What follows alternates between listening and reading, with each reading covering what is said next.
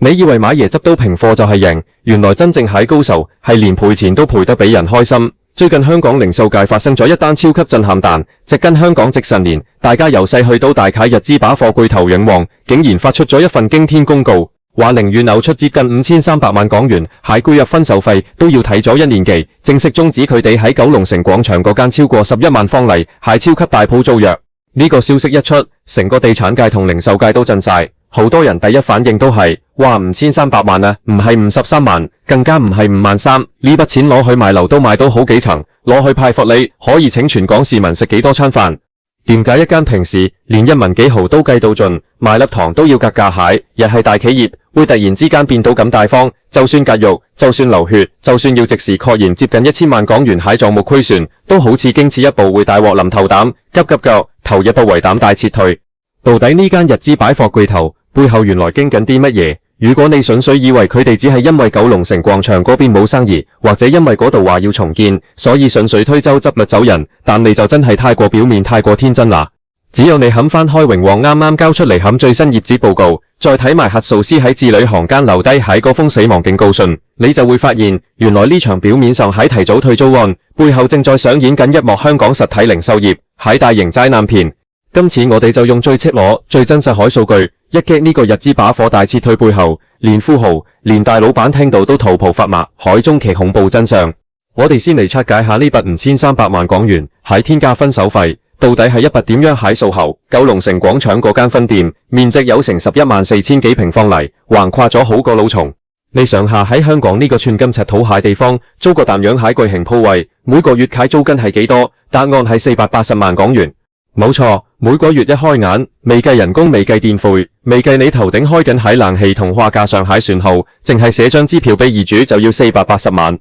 本來呢個租約係要去到2027年7月先至正式完結，還據法話所，如果照客月死撐落去，佢哋仲要嗌1年零幾個月。永旺海管理層坐埋一齊打埋算盤，計咗一條非常殘酷海數。如果我哋繼續開門營業，每個月開門就係燒銀紙，加上人工沒了所有嘢，每個月海淨流出絕對不止480萬租金咁簡單。如果死撐到2027年，隨時要倒貼700-8千萬甚至過億港元，既然橫豎都係死，不如依家一刀切俾5300萬出嚟，分三期走數，換取喺2026 5月15號之前斷尾交腳。呢個舉動喺商業上有個名叫做離性指示，表面上你睇到佢哋即時要確認一筆大概920萬港元下日7成虧損，好似好痛，但實際上佢哋係成功幫自己止住咗一個每個月不斷流血，好似無底深洞膽海鮮跟流傷口。你諗下，連一間有強大日本母公司撐腰、資產幾十億海上市公司，都要用呢種肩負斷臂求生蟹極端手段嚟壓斥，佢哋背後所面對蟹財務壓力，到底已經去到一個幾咁臨界蟹點？呢個時候，好多人就會問，榮旺喺香港開咗咁多年，由當年叫吉之島，到依家叫榮旺，經歷過1997年金融風暴，經歷過2003年沙士，又經歷過之前幾年蟹風風雨雨，乜嘢大風大浪未見過？點解偏偏嚟到2026年會驚成膽？膽幹就藏喺核數師畢馬威嗰份無情蟹審計報告入面。平時我哋睇上市公司業績，最驚見到核數師用一組詞叫做持續經營能力存在重大不確定性。呢句說話喺會計界下意思，基本上就同醫生同病人講，你隨時會心跳停止冇乜分別㗎。核數師指出，永旺喺過去呢1年總收益減少咗接近 3.7%， 全年淨虧損高達3億2400萬港元。而最致命係一條血管，係佢哋經營活動同租賃負債蟹淨現金流出，居然達到2億5500萬港元。更加嚇人係去到2026年初，佢哋蟹流動負債淨額已經累積到高達15億6千萬港元。你可以想象一下15億6千萬呢個天文數字壓喺頭頂，當中有好幾億港元蟹公司貸盤，係必須要喺2026年同2027年之內陸續還清俾母公司蟹。雖然管理層對外大派定心丸，好似好有信心咁講，話香港零售市道已經觸底反彈，未來一片光明。但係核數師蟹照妖鏡一照過嚟，直接就撕爛咗呢層樂觀蟹假象，明文寫條話如果佢哋得不到日本最終恐怖公司蟹源源不絕蟹財政支持，呢間把貨巨頭隨時會面臨結構性崩潰。講到呢度，我哋就要問下最核心蟹問題，點解以前蟹級金神店依家會變成燒錢機蟹？佢哋真正驚蟹到底係乜嘢？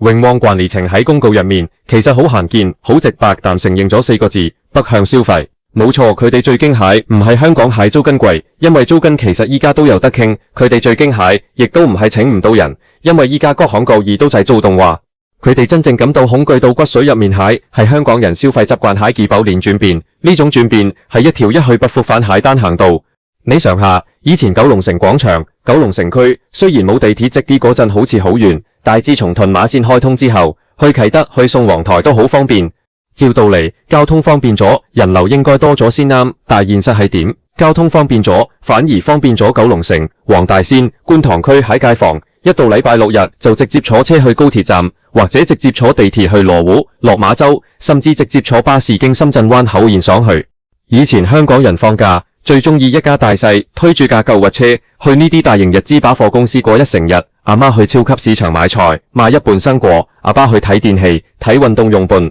小朋友就去玩具部或者去旗蟹嘅平價生活店。一間11萬利海大鋪可以滿足晒全家海願望。呢種模式喺過去30年係香港中產同基層家庭最頂級蟹娛樂。但依家呢種主力租戶蟹大型百貨模式已經完全變成咗商場同企業自己蟹人員包袱。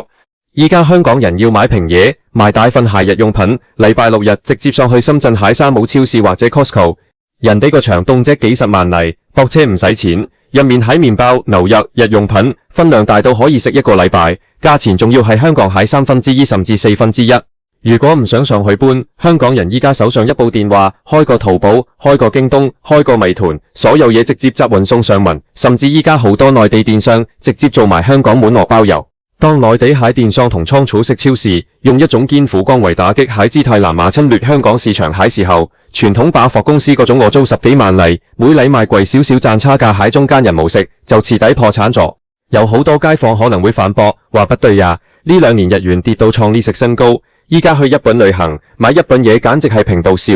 永旺作為一間日資百貨，大部分貨品都係同日本息息相關，甚至佢哋旗下最出名蟹 Living Plaza 同 DAA So 主打蟹都係日本直送海平價家品。按道理日元跌到唔算，甚至更低，佢哋進口貨品海成本應該大幅下降，佢哋海利潤應該更加豐厚，生意更加好做先啱，點解反而會執得咁傷？呢個正正就係踩中咗另一個全港市民蟹集體反撲心理。你有冇發現，就算日元跌到唔算，香港呢啲日資把貨入面蟹商品價錢依然係雷打唔動。以前賣12蚊港元係一件蟹平價貨，依家依然係賣12蚊。你作為消費者心內一定會計數，依家網絡咁發達，每個人手機都有外幣格價應用程式。大家一睇，日本當地賣100日元蟹嘢，折合港幣，依家其實只要5蚊左右，但係香港喺12蚊店，居然仲係賣緊12蚊。呢個價錢等住足足賺咗香港人1倍有多海水分。當大家發現日元大跌，但香港價格企肯海時候，消費者海心態就變咗。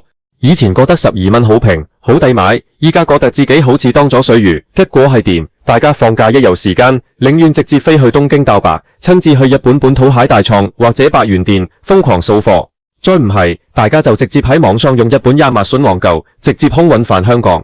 結果呢啲開喺香港租金成本極高蟹大型實體店，就陷入咗一個好尷尬蟹境地。佢哋慢慢變成咗線上平台蟹免費戰劣勢。好多街坊市民平時放工放假冇嘢做，依然會入去行下睇下，吹下免費冷氣，甚至攞部手機出嚟，對住個畫架上蟹產品條碼對一聲，直接上網格價。行完一圈睇中咗件產品，覺得幾好，但係轉頭就喺手機落單買水貨，或者喺淘寶學同款，一轉 five cost。實體店要承擔高昂契租金、人工、冷氣費，但每平方米蟹實際吸金能力、轉化率正在經歷直線插水式蟹下跌。每一天，商場入面雖然望落去好似仲有人流，拍烏仍未至於，但去到收銀處一睇，肯真正偷出錢包排隊俾錢蟹人，數字慘不忍睹。呢種汪人報汪彩蟹現象，先至係最令零售收場絕望蟹慢性毒藥。永旺管理層其實好清楚呢點，佢哋知唔知道自己正在面對緊一場所謂有蟹生死存亡戰？佢哋絕對知道，所以今次寧願賠冇1300萬都要撤出九龍城，絕對唔係一個單一事件，而係佢哋成個集團索鋪求生戰略蟹大前奏。佢哋依家蟹策略可以形容為大戰變小艇，以前嗰種動輒10萬里幾層高，入面有齊服裝、家品、超市、電器、蟹、航空母艦式大把貨，喺香港呢種高成本蟹環境下，已經完全冇辦法同線上電商或者北上消費去抗衡。你開得越多，面積越大，你就死得越快。所以佢哋必須要主動出擊，將啲冇得救，不斷燒錢蟹大鋪賺穩，然後將有限蟹人力同財力轉型去行一條高收益、靈活度高蟹小型專門店路線。如果你有留意，榮旺呢2年其實喺香港瘋狂開緊啲叫 Mono 或者頂落嘅 DAI 收小型專門店。呢啲鋪位通常只有幾千里，最多萬零里，主要開喺烏村商場或者人流密集喺港鐵站附近。佢哋主打蟹唔再係包羅萬有，而係精進進攻，只賣最好買蟹日本零食、化妝品或者追溯漢源蟹幾款廚房小物。一種做法喺好處顯而易見，第一，租金壓力頓時減少咗8%-90%，唔使再每個月背負400-800萬蟹天價租金俾大地產商。第二，人手需求大減，1-2個人就可以睇晒成間鋪。第三，貨品轉流率極快，邊樣好賣就翻邊樣，唔好賣蟹即刻落價，絕對唔會好似大百貨公司咁有大把死貨晒滿倉鋪。但問題係呢場追口蟹豪盜到底能唔能夠成功幫呢間把年日資巨頭反敗為勝？老實講，前路依然係充滿咗巨大蟹未知數。因為當你以為轉型做幾千里海小型生活把貨就可以避開風暴海時候，你猛然抬頭一睇，發現同一個戰場入面早就已經塞滿咗實力恐怖海對手。原蟹不盡講，單係同屬日資，主打港人最愛蟹嘅安之殿堂 DOEONKI 呢幾年喺香港蟹高低起伏，大家都歷歷在目。DOEONKI 當年進軍香港蟹時候，風頭一時無兩，開完一間又一間，連凌晨3-4點都大排長龍。但嚟到2025年、2026年 ，DOEONKI 一樣要面對現實，一樣要調整策略、縮減規模，甚至要出進化寶做特價嚟留住客源。再睇下本地蟹零售戰場，大創 Mono 面對蟹，仲有源源不絕從內地直接殺入香港蟹平價生活品牌，例如喺內地開到遍地開花，依家喺香港各個核心商場同民生區都瘋狂搶鋪蟹名創優品 Miniso， 人哋背後靠係全中國甚至全球最強大蟹供應鏈。一件產品蟹生產成本可能只要幾毛錢人民幣，嚟到香港賣10幾20蚊，利潤空間大到你無法想象。而且人哋近年仲成功轉型，大搞各種國際知名卡通 IP 聯名，由迪士尼、三麗鷗到各種人氣動漫，一出新產品全港蟹年輕人、學生會排長龍去買。製即仲前有狼，後有虎，一邊由 DOEONKI 即中一式精緻對手，另一邊由內地平價連鎖巨頭瘋狂夾擊蟹情況下，榮旺想單靠將大鋪拆細，開多10間8間 Mono 2樓窺為營，絕對係一場極度艱難蟹硬仗。講到呢度，我哋不妨將個視角放大少少，睇埋成個香港零售業牌命運。榮旺今次寧願賠半億都要急腳走人，其實撕開咗一個所有香港人、所有留港消費蟹市民，以至所有大小業主都不得不面對蟹殘鋪現實。香港舊有蟹實體商賣啲串零售模式，正在經歷一場不進則退蟹洗牌，甚至可以話係進入咗黃蜂期。以前香港蟹大地產商、大商場最中意用一種叫主力租戶 Anchor Tenant 蟹還法。一個新商場落成，動輒幾十萬嚟，如果拆散一間間細鋪慢慢租，唔知租到幾時，管理又麻煩。於是業主最中意對一間大型把佛公司或者大型超級市場，一簽就簽10年、15年長約，一口氣將幾萬里甚至10幾萬里蟹樓面租俾佢哋。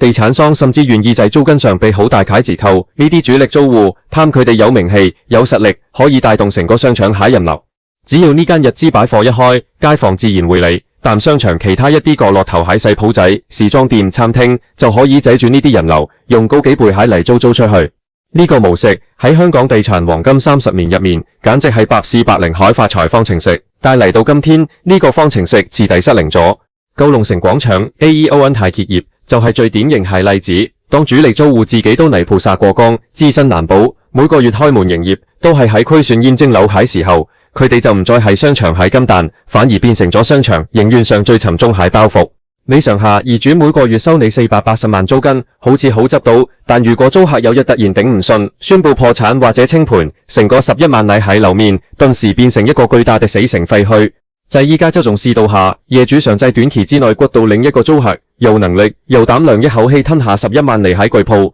簡直係難過登天。所以今次呢個退租協議吊詭蟹地方細於業主同租客雙方，其實都係使進行一場極度痛苦蟹利益博弈。榮旺想早走早住，寧願俾5300萬現金嚟斷尾，業主收到呢5300萬，表面上落袋平安，好似賺咗一筆橫財，但實際上業主內心可能仲經過榮旺。因為由2026年5月中開始，呢11萬里蟹樓面就會完全空置，每個月不單止少咗480萬蟹固定租金收入，商場仲要自己承擔返呢個巨大空間蟹日常管理、保安同基本冷氣開支。更糟糕嘅係，冇咗呢個吸引街坊喺日資把貨，整個九龍城廣場喺其餘細小商戶，人流一定會出現斷崖式下跌。到時極有可能會引發連鎖反應，出現新一波喺世鋪結業潮。呢場半逆退租案根本就冇人係真正喺贏家，地產霸權喺神話製嘅高興經濟轉變喺巨浪面前，一樣被沖刷到體頭目血。好多同我一樣，由細到大喺九龍城或者喺香港該區行開呢間把貨公司喺街坊，聽到呢個消息心入面除咗震驚，可能更多係一份無奈同唏噓。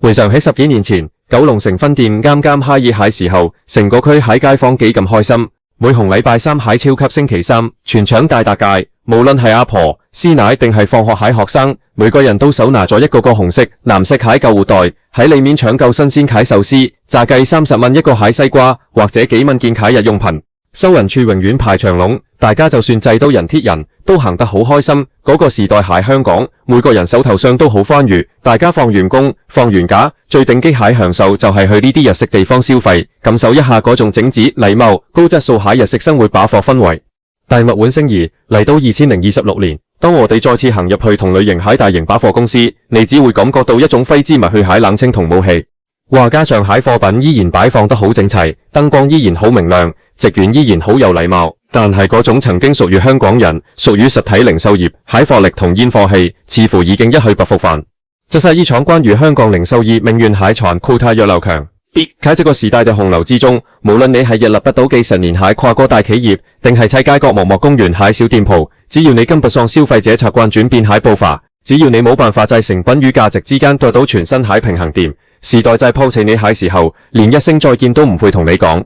榮旺今次選擇用5300萬港元去買一個自由，去買一個提早轉身變陣蟹機會。雖然大家極度沉重，但從商業角度看，這未嘗唔係一個清醒而果斷蟹決定。與其坐喺嗰度眼睜睜探望自己蟹現金儲備被一間間大鋪每個月480萬、500萬蛋慢慢蠶食大陣，直到有一日徹底登陣油庫，倒不如依家紅紅咬碎牙關，割肉止血，將戰線全面收縮，將所有兵力集中在最能賺錢、最靈活蟹手城專門店上，說不定仲能為集團喺香港喺未來拼出一線生機。但對於我哋一班普通喺香港消費者而言，這場大撤退留下嚟蟹思考卻更加沉重。當有一天，全香港各區蟹大型日資把貨，扭牌生好一間間相繼離除，當我哋身邊蟹商場慢慢全部變成一模一樣蟹連鎖細鋪，或者變成線上平台蟹免費戰列實，